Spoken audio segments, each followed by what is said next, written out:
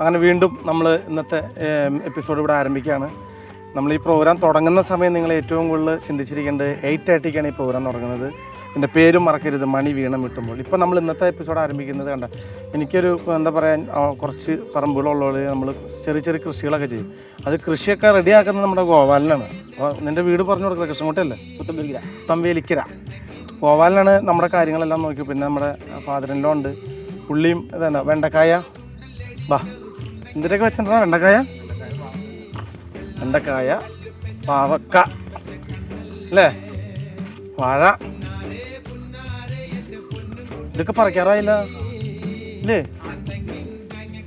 കണ്ടതൊക്കെ തനി ഒരു കലർപ്പും ഇല്ലാത്ത സാധനങ്ങളാണ്. നല്ല കണ്ടാൽ തന്നെ നമുക്ക് കൊതിയാവുന്നുള്ള ഇതൊക്കെ പൊട്ടിക്കേണ്ട സമയം എന്നുള്ളതാണ്. ഗോപാലൻ നല്ലൊരു കൃഷിക്കാരനാണ്. ഇവിടെ നമ്മൾ വെള്ളം ഇപ്പം കിണറ്റിൽ വെള്ളം കുറവാണല്ലേ? കുഴപ്പമില്ല, വേണ്ട. ഇത് നമ്മുടെ പാവയ്ക്കാത്തോട്ടം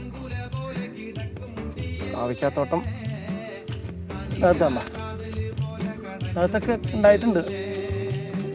ഞാൻ പൊട്ടിച്ചാ പിടിയുണ്ടല്ലേ കുഞ്ഞൻ. ഇതിൻ്റെ ഒക്കെ ഒരു സുഖം വെച്ചാൽ ഇതിനുള്ളിൽ കൂടെ ഒക്കെ നടക്കാം. ഭയങ്കര ഒരു നമ്മുടെ വീട്ടിൽ നമുക്ക് ഒരു 5 സെൻറ്റ് ഉള്ളെങ്കിലും ആ സ്ഥലത്ത് നമ്മൾ ഒന്ന് കൊത്തിക്കലക്കി വെള്ളമൊക്കെ നനച്ച് ഇങ്ങനെ ചെറിയ ചെറിയ ചെടികളും കാര്യങ്ങളൊക്കെ വെച്ച് കഴിഞ്ഞാൽ നല്ല രസമാണ്. എനിക്ക് ഇനി ഏറ്റവും കൂടുതൽ ആഗ്രഹം, ഇപ്പം ഞാൻ അഭിനയിച്ച മലയാളി എന്ന് പറഞ്ഞ സിനിമയിൽ ഞാനൊരു കർഷകൻ. അതിനകത്ത് ഒരു സീനിലുണ്ട്, പാടത്തിൽ അടി കഴിഞ്ഞിട്ട് ഒരു മണ്ണിനോട് എത്രത്തോളം ഇഷ്ടപ്പെടണം എന്നുള്ള പടത്തിൽ കാണിക്കുന്നുണ്ട്. ഈ അടി കഴിഞ്ഞിട്ട് ഈ പാടത്തെ ചെളി അങ്ങനെ തന്നെ എടുത്തിട്ട് വായൽ ഞാനിത് കാണിക്കുമ്പോൾ ഷൂട്ടിങ് കണ്ടുന്ന ആൾക്ക് അയ്യോ എന്ന് പറയുന്നുണ്ട്. പക്ഷേ നമ്മൾ ആ പടത്തിൽ, അതായത് മണ്ണിനെ എത്രത്തോളം ഇഷ്ടപ്പെടുന്നു എന്നുള്ളൊരു കഥാപാത്രത്തിന് വേണ്ടിയിട്ട് മലയാളിയിൽ ഞാൻ ചെയ്തിട്ടുണ്ട്. ആ പടം മിക്കവാറും മെയ് മാസം റിലീസ് ഉണ്ടാവും. അപ്പോൾ ഇങ്ങനെ ഈ മണ്ണിനോട് ആണുള്ള ഒരുപാട് കഥാപാത്രങ്ങൾ ചെയ്യാൻ എനിക്ക് ഏറ്റവും കൂടുതൽ ഇഷ്ടമെന്നുള്ളതാണ്. പിന്നെ അതേമാതിരി തന്നെ പാചകം ചെയ്യുന്നതും. പാചകം അതൊരു കലയാണ്. ഒരു കലാകാരനെ സംബന്ധിച്ചിടത്തോളം ഇത്തരത്തിലുള്ള കഥാപാത്രങ്ങളും കൂടുതലും ഇതുമായി അടുത്ത് ബന്ധപ്പെട്ട് കിടക്കുമ്പോഴാണ് നമുക്ക് ചെയ്യാൻ പറ്റുള്ളൂ.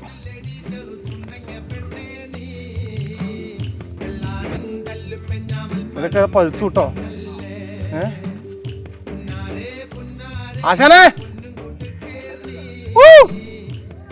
എവിടെയാ?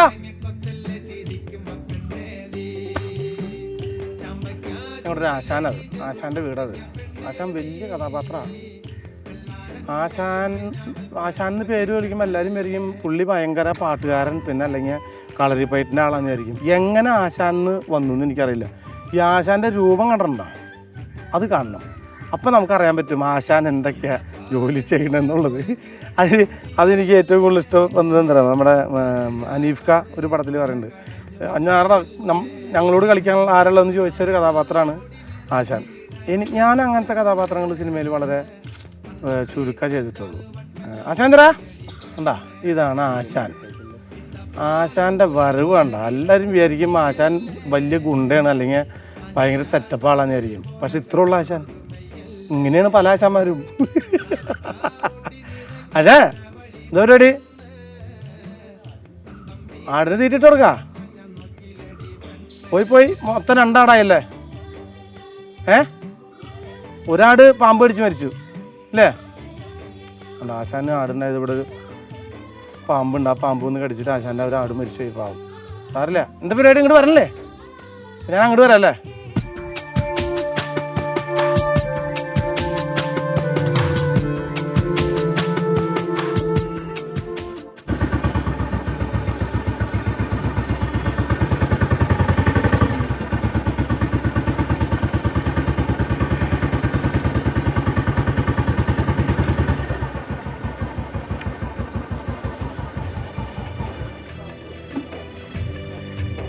നമ്മൾ ഓരോ സ്ഥലങ്ങളും പരിചയപ്പെടുത്തി തന്ന്. ഇവിടെയാണ് ഞാൻ സ്ഥിരം എൻ്റെ ഉള്ള മുടി വെട്ടാൻ വരുന്ന സ്ഥലം ഇവിടെയാണ്. അതിൻ്റെ മെയിൻ ആളാണ് നമ്മുടെ ചേട്ടൻ. പിന്നെ അദ്ദേഹത്തിൻ്റെ അസിസ്റ്റൻ്റാണ്. ഇദ്ദേഹത്തിനെ കണ്ടത് എന്തൊരു നിമിത്തം പോലെയായി. എല്ലാവിധ ഇതിൻ്റെ ഓണർ ആളാണ്. എല്ലാ എന്താ പറയുക, ഒരു നല്ല മനസ്സ് തോന്നിയിട്ട് പുള്ളിക്ക് എല്ലാ സൗകര്യങ്ങളും ചെയ്തു കൊടുത്തിരിക്കാമെന്നുള്ളതാണ്. കണ്ടാ, ഇതാണ് ഞങ്ങളുടെ കൊച്ചി ചാലക്കുടിയിലെ ആശുപത്രിപടി ജംഗ്ഷനിലെ ഏകല്ല ഒരു സ്ഥലം കൂടി ഉണ്ട്, നന്ദൻ ചേട്ടൻ എന്ന് പറഞ്ഞ ആളപ്പുറത്താണ്. എന്തുണ്ട് ചേട്ടാ? സുഖല്ലേ? ആ ചേട്ടാ എവിടെയാ? വൈഫ് ഹൗസിൽ പരിപാടി ഈസ്റ്ററിന് തേങ്ങ അടിക്കാൻ പോവാ. ഞാൻ ഇന്നലെ രാത്രി കണ്ണൂരത്തെ കഴിഞ്ഞു. ഒരു ദിവസത്തെ ഉറക്കനല്ലേ പോണേ? മറയൂര് ഇന്ന് പോണം. എന്നാലും പോയിട്ടോ, തേങ്ങ ഓടിച്ചിട്ട് പോയോ? ഓക്കെ ഞാൻ ഉണ്ടാവും, പോയിട്ടോ. അങ്ങനെ ഇപ്പോൾ നമ്മൾ പോയിക്കൊണ്ടിരിക്കുന്നത് നമ്മുടെ ആശാൻ്റെ വീട്ടിലേക്കാണ്. ആശാനൊരു രസികനും കൂടിയാണ് കേട്ടോ. നമസ്കാരം. ആശാൻ നമ്മളെന്തെങ്കിലും പറയണേ, എന്തെങ്കിലും സംസാരിക്കണം, ആശാൻ വിളിക്കണം. അപ്പോൾ ആശാൻ പറയും ലൈനില്ല.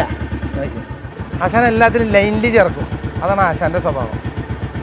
അപ്പോൾ നമുക്ക് ആശാൻ്റെ വീട്ടിലേക്ക് പോവാം. ചെറിയൊരു ഹമ്പ്.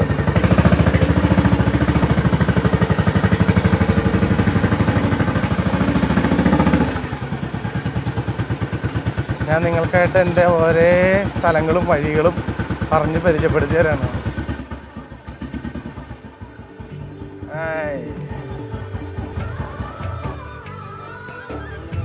ആണോ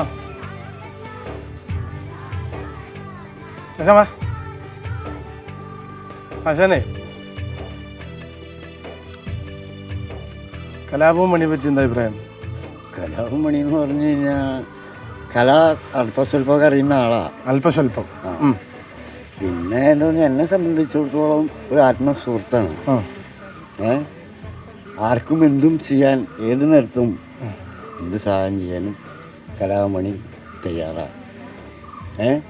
പിന്നെ എനിക്ക് ഞങ്ങൾ ഭാര്യ ഭർത്താക്കന്മാർ പോലെയാണ്. എവിടെയെങ്കിലും പോയിട്ട് വന്ന് കണ്ടില്ലേ ഭയങ്കര വിഷമാണ്. ഭയങ്കര വിഷമാണ്. വീട്ടിലിരിക്കില്ല ആള്, അങ്ങോട്ട് വരൂ. എൻ്റെ മോള് പറയും, എൻ്റെ വൈഫ് പറയും, ഞാൻ ഉറങ്ങി കിടക്കുമ്പോൾ എൻ്റെ മോള് വിളിക്കും, അച്ഛാ അച്ഛാ എണീക്കച്ചാ എണീക്കച്ചാന്ന് പറയുമ്പോൾ എൻ്റെ വൈഫ് പറയും, വിളിക്കേണ്ട മോളെ അവിടെ കിടന്നോട്ടെ, എണീറ്റ് കഴിഞ്ഞാൽ അപ്പം എഴുന്നേറ്റ് പോകുന്നു പറയും കൂട്ടുകാരന്മാരുടെ അടുത്ത്. എന്ന് പറഞ്ഞ മാതിരി അങ്ങനെയാണ് ഞങ്ങൾ തമ്മിൽ. ഇവിടെ കുറച്ച് പിള്ളേരുകളുണ്ട്, ഞങ്ങൾക്ക് തമ്മിൽ അങ്ങോട്ടും ഇങ്ങോട്ടും പിരിഞ്ഞിരിക്കാൻ പറ്റില്ല. ലൈനിൽ പരിപാടികളൊക്കെ എങ്ങനെയാണ് ലൈനിൽ. അതെ, ഇന്ന് ഏറ്റവും കൂടുതൽ സന്തോഷമുള്ള ദിവസമാണ്. എന്താണെന്നറിയാമോ? എന്താണ് പറയാ? ആശാൻ തന്നെ പറയും. എണ്ണയൊക്കെ തേച്ച് കുട്ടപ്പനായിട്ട് പോയി കുളിച്ചിട്ട് വരാം. എന്നാൽ ലൈനിൽ ആശാൻ പോയി കുളിച്ചിട്ട് വരട്ടെ. ആശാൻ എൻ്റെ ഇഷ്ടപ്പെട്ട പടം ഏതാ? എനിക്ക് വാസന്തി ലക്ഷ്മി അല്ല, കരിമാടിക്കുട്ടൻ. അത് ഇഷ്ടമാണ്. അത് രണ്ടും. ഇപ്പം ഈ അടുത്തിറങ്ങിയിൽ ഞാൻ കണ്ടിട്ടില്ല. കണ്ടിട്ടില്ല. പാട്ട് ഏതാ ഇഷ്ടം? പാട്ടെന്ന് പറഞ്ഞു കഴിഞ്ഞാൽ ഒരുവിധം മിക്ക പാട്ടുകളും ഇഷ്ടമാണ്. ആശാന് വേറൊരു പ്രത്യേകത ഉണ്ട്. ഞാനൊരു പാട്ട് പാടണമെന്നുണ്ടെങ്കിൽ ആശാൻ അത് ആശാന്റെ രീതിയിൽ പാട്ടാക്കും. അങ്ങനെയാണല്ലോ അതിന്റെ സ്റ്റൈല് കളിക്കുന്നത്. കലാമണി എനിക്ക് ആവാൻ പറ്റില്ലല്ലോ. ഓ, നമ്മൾ ആരും അനുകരിക്കില്ല.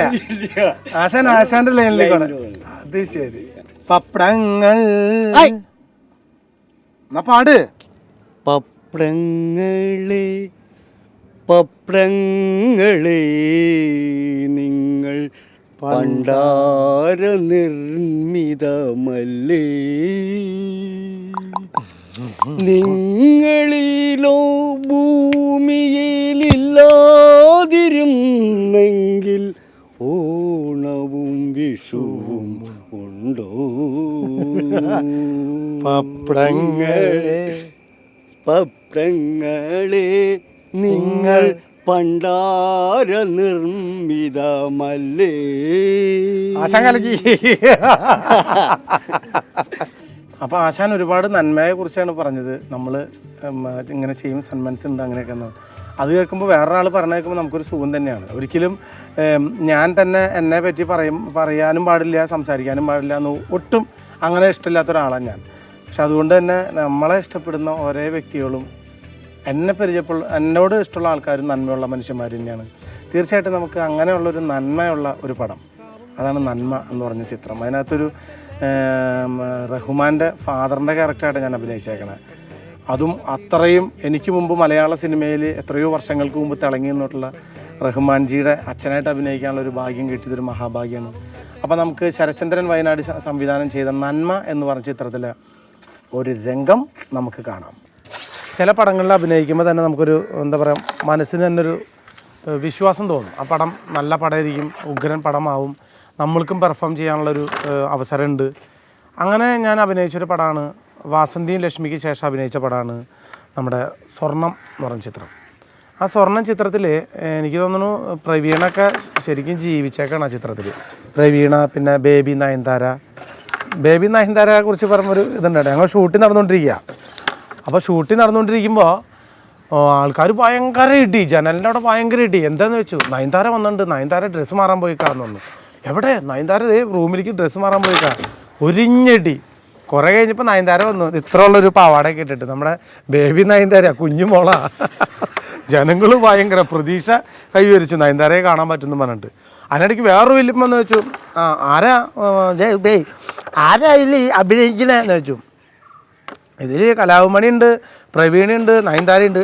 നയനാരൊക്കെ ഇപ്പോഴും അഭിനയിക്കുന്നുണ്ട്. നയനാരല്ല നയൻതാര ആണോ? ഈ പറഞ്ഞ മോഡലിനൊന്നും കാണാൻ പറ്റുമോ? അപ്പൂപ്പൻ്റെ നാരന നയൻതാര എന്ന് പറഞ്ഞാൽ നമ്മുടെ നയൻതാര എന്നാ. പക്ഷേ ഈ സ്വർണ്ണ ചിത്രത്തിൽ എനിക്ക് ഏറ്റവും ഇഷ്ടപ്പെട്ട, അതൊരു ശരിക്കും ഒരു ആൻറ്റി ഹീറോ എന്നൊക്കെ പറയാൻ പറ്റും ആ പടത്തിൽ. ഏറ്റവും ഇഷ്ടപ്പെട്ട രംഗം തന്നെ ക്ലൈമാക്സ് തന്നെയാണ്. ക്ലൈമാക്സ് വളരെ മനോഹരമായിട്ട് അത് ക്യാമറ ചലിപ്പിച്ച സാലു സാറും ഡയറക്ടർ വേണു സാറും അതിൻ്റെ പ്രൊഡ്യൂസർ സോമൻ ചേട്ടനും അമേരിക്കയിലുള്ള ആളാണ്. നല്ല സീനാണ് സ്വർണ്ണത്തിലെ. ആ സ്വർണ്ണത്തിലെ ആ രംഗം നമുക്ക് കാണാം. ആ കൊച്ചുകുട്ടി പറയണ കേട്ടാൽ തന്നെ നമ്മുടെ ചങ്കലയ്ക്കും. സ്വർണം ചിത്രം എന്താ ഓടാഞ്ഞെന്ന് എനിക്ക് പോലും മനസ്സിലാവില്ല. എന്തു നല്ല പടമായിരുന്നു എന്ന് പറയുമ്പോൾ. ഇനി ആ പടത്തിനെ കുറിച്ച് ഏറ്റവും കൂടുതൽ അഭിപ്രായം വരാൻ പോകുന്നത് ടി വിയിൽ വരുമ്പോഴായിരിക്കും. സ്വർണം പോലെ തന്നെയായിരുന്നു സ്വർണം പടം. പക്ഷേ എന്തോ അറിയില്ല. നമുക്ക് ആ രംഗം ഒന്ന് കണ്ടു നോക്കാം. അപ്പോൾ നമ്മൾ ഇന്നത്തെ എപ്പിസോഡ് ഇവിടെ തീരുകയാണ്. തീർച്ചയായിട്ടും ഇത് നല്ല മാങ്ങയാണ്. ഇപ്പോൾ മാങ്ങയുടെ സീസണാണ്. നമ്മൾ നേരത്തെ കുറേ ഫ്രൂട്ട്സിനൊക്കെ പറ്റി പറഞ്ഞില്ലേ. മാങ്ങയെ പറ്റി പറയുമ്പോൾ ഓരോ മാങ്ങയ്ക്കും ഓരോന്നിനും പേരുണ്ട്. അതുപോലെ തന്നെ മദ്യത്തിനും ഓരോ പേരുണ്ടെന്നുള്ളതാണ്. ഞങ്ങളുടെ നാടുകളിലേക്ക് ചില കട്ടൻ ചാരായത്തിന് ആൾക്കാർ പറയും കനാൽ പരങ്ങി എന്ന് പറയും. കാരണം അങ്ങനത്തെയാണ്. പിന്നെ ഒരു മദ്യത്തിൻ്റെ പേരുണ്ട് കാറുകൾ എന്ന് പറഞ്ഞു കഴിഞ്ഞാൽ ഇത് അടിച്ച് കഴിഞ്ഞാൽ നുഴഞ്ഞാൽ കയറുള്ളൂ. അത് പിന്നെ ഒരു മദ്യത്തിൻ്റെ പേരെന്ന് വെച്ചിട്ടുണ്ടെങ്കിൽ മണവാട്ടി, കള്ളണത്. ആ കള്ളടിച്ച് കഴിഞ്ഞാൽ മൊത്തത്തിൽ ഒരു നാണായിരിക്കും. തല നോക്കിയാലും നമ്മൾ അയ്യോ അങ്ങനെയുള്ള കള്ളുണ്ട്. അത് മണവാട്ടി എന്നാണ് അതിൻ്റെ പേര്. പിന്നെന്താ ഇതിൻ്റെ പേര് പോസ്റ്റ്മാൻ. ഒരു മദ്യത്തിൻ്റെ പേര് പോസ്റ്റ്മാൻ. കാരണം ഇത് അടിച്ച് കഴിഞ്ഞാൽ ഉള്ള വീടുകൾ മുഴുവൻ കയറി ഇറങ്ങാം. കുറേ കടലാസ് വാരി അവിടെ കൊണ്ടു നടക്കുക, ഇങ്ങോട്ട് കൊണ്ടു നടക്കുക. അപ്പോൾ ഓരോ മദ്യത്തിന് വരെ അങ്ങനത്തെ പേരുകളുണ്ടെന്നുള്ളതാണ്. അപ്പോൾ അതുപോലെ തന്നെ ഈ മാങ്ങയുടെ പേരാണ് ചപ്പിക്കുടിയൻ മാങ്ങ. അപ്പോൾ തീർച്ചയായിട്ടും നിങ്ങൾ ഈ മാങ്ങ നോക്കിയാൽ ആഹാ അതിൻ്റെ മധുരം കണ്ട. അപ്പോൾ ഇങ്ങനെയുള്ള മാങ്ങകളൊക്കെ കഴിച്ച് നല്ല മാമ്പഴ പുളിശ്ശേരിയൊക്കെ ഉണ്ടാക്കി വൈകുന്നേരം 8:30 കൈരളി ടി വിയുടെ മുമ്പിലിരുന്ന് ഇതൊക്കെ കണ്ട് ആസ്വദിച്ച് അടിപൊളിയാവുക. അപ്പോൾ എന്നും കാണുക. തിങ്കൾ മുതൽ വ്യാഴം വരെ വൈകുന്നേരം 8:30 മണി വീട്ടുമ്പോൾ